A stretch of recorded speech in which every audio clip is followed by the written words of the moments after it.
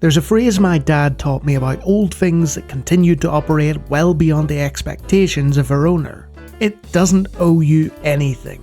Another phrase that Lady Karina taught me was this: buy cheap, buy twice. Meaning that if you invest in cheap things, you're gonna have to buy them a second time because the first cheap thing will break too soon. And if you'd just bought an expensive thing in the first place, it would last you longer.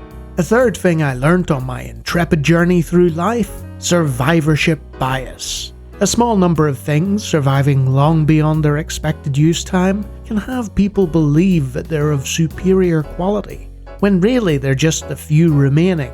Like my old Packard Bell, which was still working as late as the mid-2000s. Even though I couldn't install Windows XP, I thought Packard Bell were a fantastic company because of this, when in reality they had more of a mixed reception. So many of these functional beige boxes are relegated to the hands of collectors now, who respond by taking lots of pictures and videos of them for social media streams, and don't actually use them beyond that. A sad fate for such an excellent example of electronic engineering.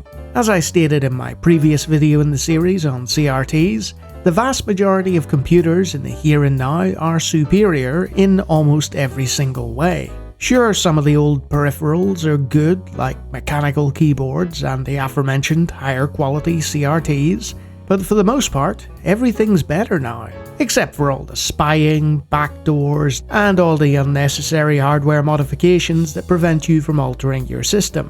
But hey, who needs to worry about that, right? One of the commonplace things that people my age and older experienced as we grew up was interacting with people born at the start of the 20th century or earlier, who lived through the first mass production wave of electronics and appliances, and it flew in the face of the survivorship bias I spoke about before. I've had this radio since pre-war times, and it has always served me well. This washing machine replaced my mangle in 1930 and I haven't looked back.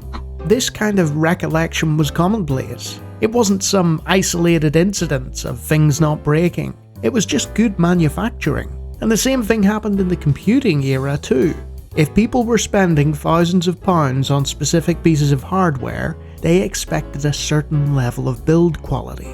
These days, most computers are thrown together.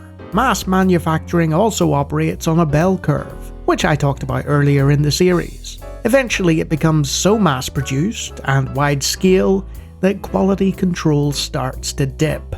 If you're making a device that's a one-off purchase costing a huge amount, you're gonna put more love and care into constructing it than if you're churning out endless amounts on a production line that cost very little. Sure, there's the counter-argument that manufacturing itself has become more efficient as time has passed, both in terms of methods and accuracy, but the same could be said for game development, and look at where that's taken us. Lowest common denominator trash flooding the market. And the same thing has happened with appliances and hardware, and it's not just in that arena either. Quality tools and things like handcrafted weapons are sought after because they're superior to the mass-produced successors, often because they're using methods of construction that are no longer available because they died with the creator. The most famous of these is the Saturn V rocket. It was the most powerful liquid-fueled engine ever constructed at that point, and it's still the best designed one. According to NASA flight controller Robert Frost, these rockets had over 3 million parts. And after the Apollo program ended, the factories that were used to assemble them were shut down. The jigs were disassembled, the molds were destroyed, all the people involved moved on with their lives, either retiring or going to other jobs, and the knowledge was subsequently lost. NASA don't have those factories, or tools, or materials, or even the expertise to understand and operate something like the Apollo mission. The amount of hand welding and milling and individual measurement from subcontractors, and not to mention the degree of information that simply wasn't backed up and thrown out, means that they can't do it. So instead, they took apart the Saturn V rocket, studied just how these NASA pioneers pulled it off, and attempted to create an equivalent. It took them a very long time indeed. They finished the SLS last year, and SpaceX built the Starship. 2 different rockets that are comparable to the Saturn V, and it only took them, let me see here, 55 years. Retro computing should face a similar problem, but thankfully reverse engineering and re-engineering efforts, combined with more detailed schematics that were actually saved, means that you have things like field programmable gate arrays now that can accurately emulate the behavior of those machines on a hardware level.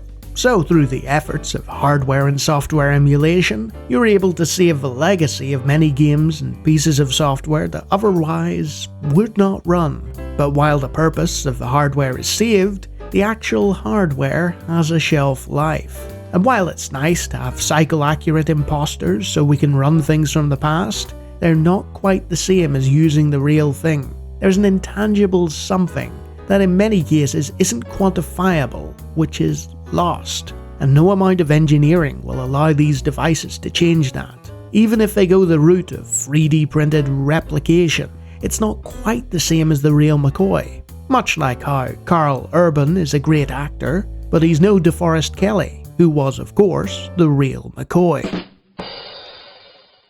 The more popular looking into the past becomes, the more people will choose to exploit it, and the more manufacturing will ramp up and inevitably lose its quality. There's no going back to that golden age where pride of craft and assurance of name was of paramount importance, where things were constructed to last, which is an ironic sentence considering all my talk of the single-use Saturn rocket.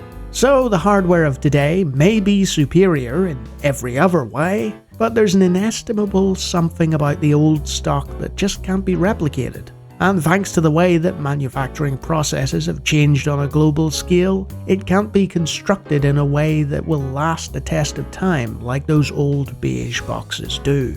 Much like with the CRTs, there will come a time when the last yellowing member of that original lineup coughs its last processor cycle. Its lights will dim, and the person experiencing it for the final time will sigh, and nothing in the world will replace that exact feeling it gave.